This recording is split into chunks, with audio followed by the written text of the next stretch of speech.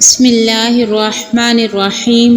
السلام علیکم ورحمۃ اللہ وبرکاتہ۔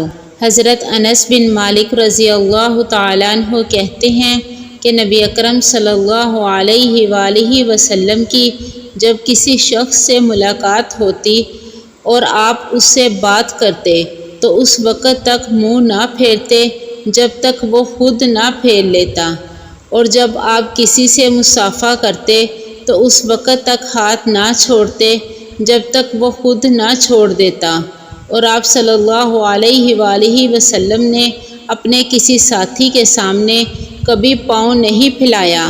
سنن ابن ماجہ حدیث نمبر 3716۔ حضرت عبداللہ بن عمر رضی اللہ تعالیٰ عنہ روایت کرتے ہیں، نبی اکرم صلی اللہ علیہ وآلہ وسلم نے ارشاد فرمایا ہے، دو عمل نجات دینے والے اور واجب کرنے والے ہیں۔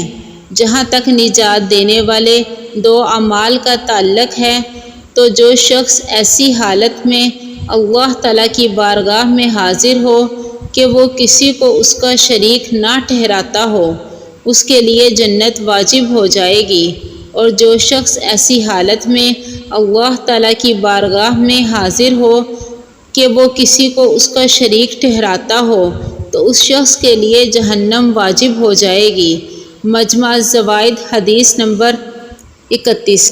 حضرت عبداللہ بن عباس رضی اللہ تعالیٰ عنہ کہتے ہیں کہ رسول اللہ صلی اللہ علیہ وآلہ وسلم نے فرمایا، جس نے استغفار کو لازم کر لیا تو اللہ تعالیٰ اسے ہر غم اور تکلیف سے نجات دے گا اور ہر تنگی سے نکلنے کا راستہ پیدا فرما دے گا، اسے ایسی جگہ سے رزق عطا فرمائے گا جہاں سے اسے وہم و گمان بھی نہ ہوگا۔ سنن ابن ماجہ حدیث نمبر 3819۔